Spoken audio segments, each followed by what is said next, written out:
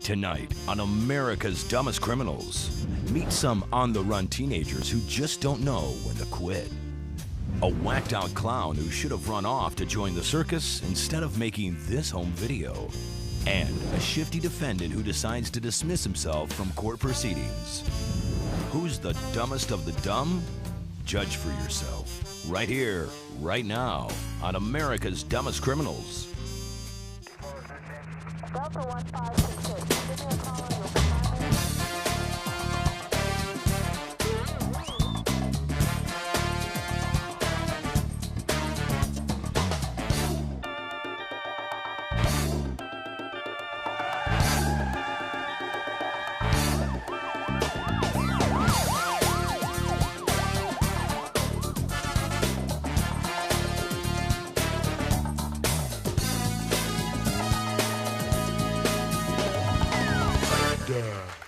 Now, welcome your hosts for ADC, Daniel Butler and Debbie Allen. Hey, Debbie. I bought your present. Oh, that makes me nervous. You got me a present? Yeah. See this? A red ball. No. Au contraire. This is a clown's nose. I saw this and I thought of you. Here. Am I supposed to be flattered by that? No, you're supposed to put it on. Go ahead. Come on. Oh, great. Come on. Just put it on right now. Yeah, I got you small. They didn't have petite. Okay. Hey. Think. It's you. Now all you need is one of those little bitty cars and about 35 little friends. I actually wish I had a cream pie or a bottle of seltzer water for him. This is so you. You don't have to thank me. No, really. I'm taking it off. No. Put the nose back on because it's going to help you introduce our first story. Great. Come on. Okay. I feel like a real bozo now, but I realize I pale in comparison to the pot grower you're about to meet. I sound kind of nasal, don't I? Now this fella's a real clown. See for yourself. A few months ago, we got a tip that some kids were stealing marijuana from a guy that had a marijuana grow operation. And we did a follow-up investigation. We got enough for a search warrant. We went into the house, and there were 3 mobile homes set up as a growing operation. And while we were doing the process of tearing apart the grow operation, we found some videotapes, and I found one that was really interesting. It said Bozo Bubblegum, and I assumed it was a child's tape, and reviewed the other videotapes while I'm writing my arrest affidavit for the defendant. And when I got done, I put the last Bozo Bubblegum tape in there, and it was my defendant with a clown mask on. It was obvious it was our defendant. He didn't have a shirt on. He had a really unique body. A large pot belly was sticking out. We knew this was our guy. And I thought, oh my gosh, this is great. So I watched the whole tape, and during the tape, he introduced himself as, I'm Bozo Bubblegum. I'm going to show you how to clone marijuana plants. And when we brought him inside, and he saw the tape rolling, and I pointed out to him, he lost all the color in his face. He just knew that we had everything we needed right there. Okay. You see how that nose really helped that first story, huh? Oh, yeah, I could really feel it. Well, there you go. Well, hey, but nothing says impressive like personalized stationery, right? Yeah, and nothing says nitwit like what this next guy does with his personalized stationery. He applies that so important personal touch to something to remember me by. Okay, so this guy walks into a bank, and it sounds like I'm doing a comedy routine. Brings his note in, hands it to the teller, says, give me all your cash. She gives him the cash, he leaves. She keeps the note, calls the cops, takes a look at the note, it says, from the desk of. So we collect the note, go over to where this guy worked, walk in, and show him the note, ask him if he made any withdrawals lately, and he gave it right up. According to a recent study, there are more than 1 billion credit cards being wielded in the United States today, and that's some high wattage charging. Yeah, but we learned of a guy who did more damage to his credit than the average citizen. Here's the statement of facts from surveillance video. We've got an individual inside of Belk's department store in Burlington, North Carolina. He's in there and he's looked around some of the merchandise. He's in the process of filling out a credit application. He sits down, fills out complete, correct, and accurate information on this particular credit application, submits it. Shortly thereafter, commits a larceny, steals various items from the store, and as he walks out, some of our officers working security there pursue him, chase him down across the parking lot, and make an apprehension. Obviously, in this particular case, had he gotten away, we found out he had given us his correct name, address, date of birth, and telephone number. Obviously, this guy did not obtain the credit card.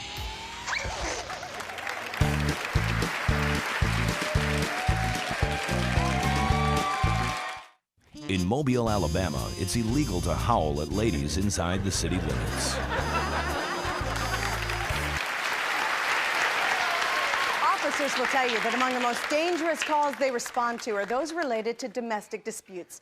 When things got loud at a home in Wheat Ridge, Colorado, though, officers cautiously moved in with no idea of the surprise that waited on the other side of the door.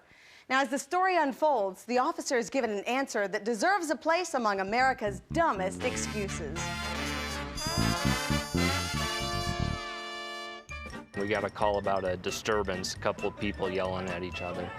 And when I got there, I could hear him yelling inside, and some guy was yelling, I had a teener for Jim, and I had a teener for Bill, and then...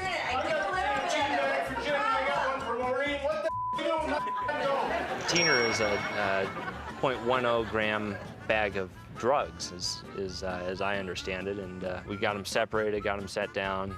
I found that they were indeed distributing drugs. They had a triple beam scale with a pile of white powder on top of it and a bunch of small little baggies, and apparently he had been packaging up the goods and she'd been using them up as fast as he could package them. I do a little bit. I don't lot of it. When we went to arrest him, he fought with us, and in the course of the fight, he got a little cut on his head, and after he was in handcuffs, he brazenly pointed out, you didn't have to do that to me. I said, if you just stayed where you were, none of this would have happened. And he said, I didn't want you coming here and waking up my kids. I told him, you didn't want me coming here and finding your coke. He said, that's not coke, it's meth. Sorry to offend you. Let's go. At which point, I apologized for being rude and calling his meth coke. He was very indignant about the fact that I'd called his methamphetamines cocaine. I guess it's nice to work with a true professional who knows what he's doing. All right, you're familiar with the term out-of-court settlement. Well, things get settled out of court in this surveillance video, but the crook was clearly unhappy with the outcome. Travel with us to Kearney, Nebraska for the sly proceedings. A bumper crop of prisoners are heading into court when suddenly, whoa, Nelly! Number 7 decides to detour out the side door with deputies right on his heels. How fast was his departure? Well, he left his impractical yet stylish footwear behind when he took flight. Immediately, officers spread out to reclaim the independent-minded inmate, and before long, he was back in all too familiar surroundings. He was only probably an escapee for about a minute before he was apprehended. And the really good news, no one stole his lovely shoes while he was gone. You've heard of A Tale of Two Cities. Well, now we bring you A Tale of Two Pities. It's a double story of a career criminal who really should consider a job change because he's just not very good at illegal activity. Take a look.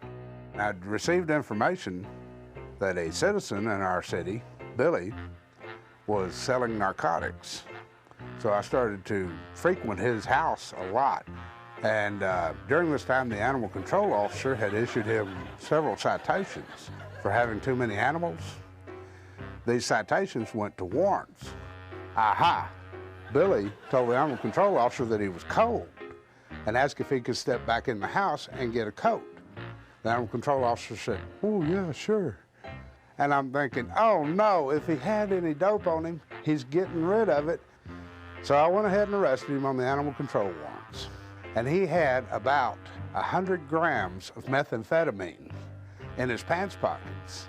He told me that he had gone back into the house to get the drugs so that his friends wouldn't steal them from him while he's in jail. That's why they call it dope. Approximately 2 months later, I had occasion to visit with Billy again. His neighbor called me, a little old lady, and told me that someone was stealing her electricity. When I first heard this, I thought, yeah, right, they're carrying it out in buckets, right? But at any rate, I get there, and she said, no, no, no, come look.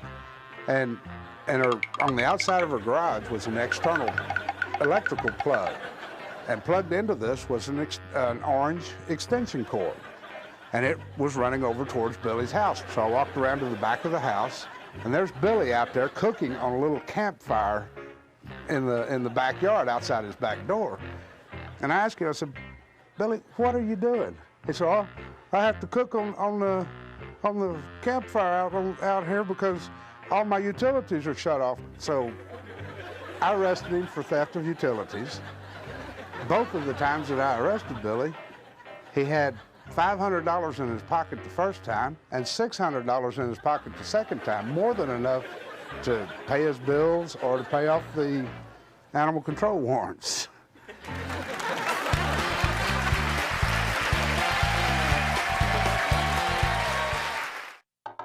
When traveling, the crew of ADC eats at Tony Roma's. Tony Roma's, over 200 locations worldwide.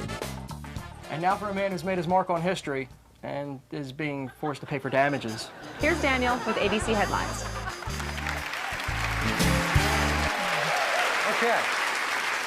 Shoplifters usually hide their loot in their clothes, but not a lady in Beaufort, North Carolina. She hid a pair of diamond stud earrings in her stomach. Oh yeah. She swallowed them without thinking that getting them out might be, well, painful and probably a little messy, but when she was apprehended, police also discovered she had stolen 2 diamond rings, assorted underwear, and 12 steaks.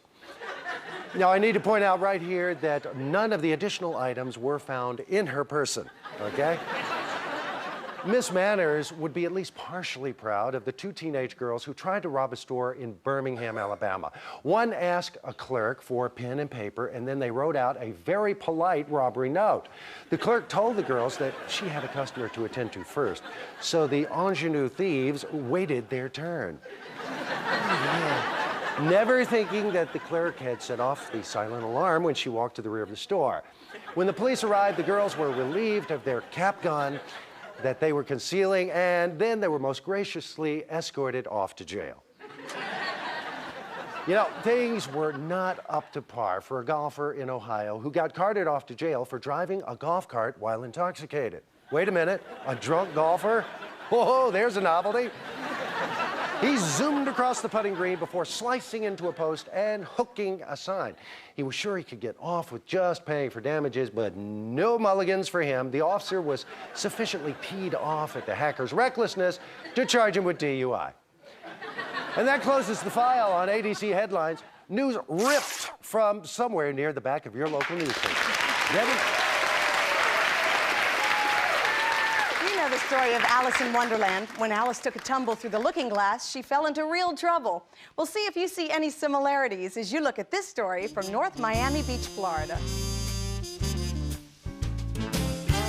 We were working surveillance, and these guys have been coming in and breaking into cars, 5 cars a night. I was working in the capacity as a crime suppression on our tactical team.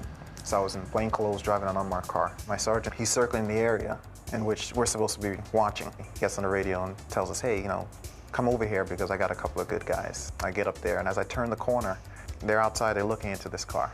They get a little antsy, they jump back into their car and they drive off. So I go about 20 feet away from the other vehicle and I back my car in underneath this palm tree. It's pretty dark, and the vehicle I was driving had dark windows. Must have been 4 minutes. These guys circle the corner again, pull up next to the same car. The driver gets out of the car. So he starts skipping over to my car, and as he starts coming down the street, I get on the radio and say, hey, look, he's coming to my car.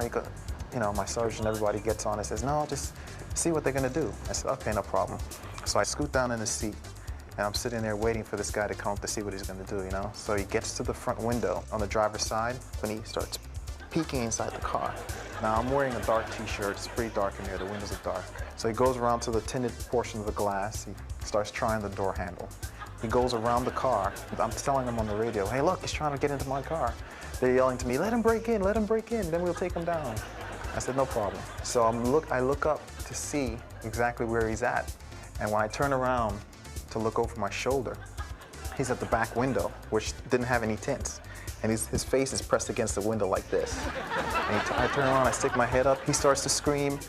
I jump out the car, I start to scream, hey, take him down. He starts running down the street as fast as he could towards the other car. My sergeant cuts him off, takes down the passenger.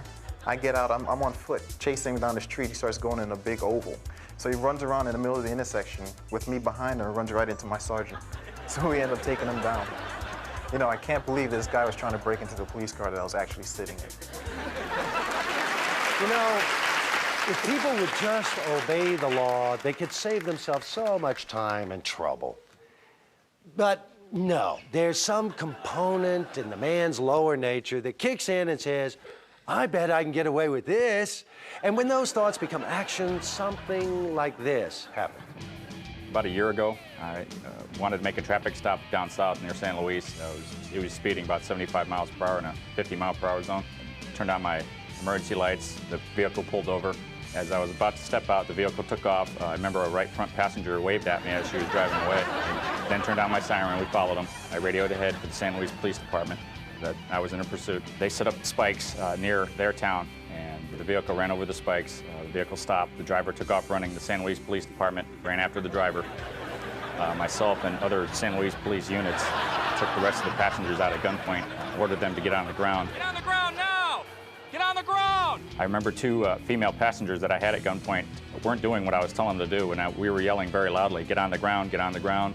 And for some reasons that I have no idea why, one of the females pulled off her shirt and was standing there in her bra and her jeans, and I was just dumbfounded. I didn't know what to do. I just stood there and stared at her, and so did the officers behind me. And it must have been 5 or 10 seconds where it was quiet, and her friend told her, said, hey, no, they want you to get on the ground. And they finally got on the ground. We handcuffed them, and I asked her, I said, why did you take your shirt off? She says, you told me to. I said, no, we were telling you to get on the ground, get on the ground. And that was her reason.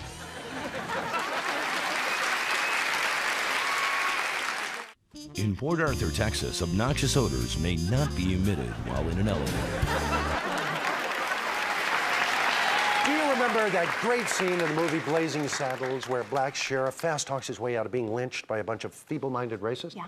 Well, our final tale is a real-life reversal on that story. And we applaud the quick-witted work of the officer who stars in tonight's installment of We're Not Making This Up. This housing area was a really, really high crime area. We were having a lot of problems there. Got a call in the area, and everybody in the city was busy but me, so I didn't have any backup units or anything to go with me. And when I got there, I got surrounded immediately by who made the phone call. And it was actually set up as an ambush. It wasn't really a call. They immediately went to telling me all the body parts that I was fixing to lose, and they intended on killing me. And that's when we had 6-shot revolvers. I'm thinking there's no way that I can take all these guys out with 6 shots, so I really didn't know what to do.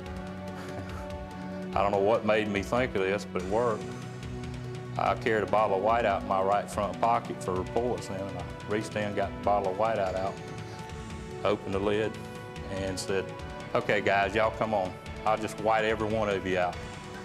And they just started looking at me, started laughing, and they just turned and walked off. I said, you talking about Flash Gordon, I got out of there in a hurry. So like I said, I don't know if it was just them thinking I was crazy or they were really dumb.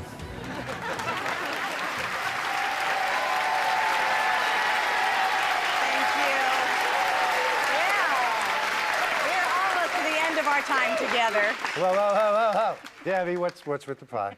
Well, you got me this wonderful clown nose, and I want you to have something, so right after we say our goodbyes, y'all dare me? Yeah. Well, now, you know, folks, I think we should just keep going tonight for maybe a few more hours. In fact, I wish our time together would never end. Daniel, because just Sarah, thank you. No. Well, okay, we would like to thank the officers who helped us tonight, and, of course, you for tuning in. We also want to thank, you know, the receptionist at the police stations. And our sincere gratitude to everybody who works in law enforcement for the great job you do. I could go on and on about your good work. That's enough and for then, now. What, you sure? Yeah, Because, I'm sure. well, there's the crew. Yeah. There's the crew. As always, we hope that we've all learned from others' mistakes, including Daniel's. We could, but if you haven't, we might just see you next week on America's Dumbest Criminal. You want me to do this, don't you? You want this. You